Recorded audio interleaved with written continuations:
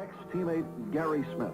Smith must have learned a lot watching Tony for those 2 years because he has held this young Vancouver team together all season with a kind of superb goaltending that won him all-star honors at the halfway mark. In this collection of 8 replica hockey masks, replicas which look like the originals, 2 of them belong to former Canucks goalies. When I first started watching hockey in the mid-70s, Gary Suitcase Smith wore the classic white mask, the simple stick and rink embellishments, and a Suitcase packed up and was traded before I saw my first game at the Coliseum. They call him Suitcase because he was just traded a lot? Yeah.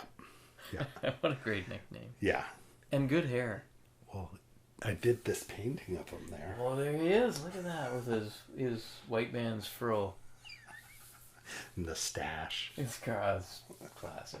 That's some good 70s right there. Yeah. He was driving an LTD. Well, he was, after, I guess he got drunk at the team Christmas party, and he called Mrs. Griffiths. I think she was from the Dr. Ballard family. He made some reference to her and like dog food or something, and he was shipped out. That's the legend. You say that about the owner's wife, and you're pretty well traded. The mask on the top right was the Canucks backup goalie, Kurt Ridley. That design's my favorite in team history. I just always loved it. And, but what's cool about the Sawcheck ones is this one here, it's actually molded from Sawcheck's mask that he gave to LA Kings trainer. Wow. And so the mask was broken, and I guess he had asked the trainer to try and fix it. Right. He couldn't fix it, so Sawcheck just said it was okay, he could keep it. And so Don actually met the trainer, and the trainer allowed him to take a mold right from the mask. Oh, and so there you have the brake lines in the replica. Wow. Right. Little tape around the something, hockey tape around the bottom. Like, that is so... And the leather strap in the back.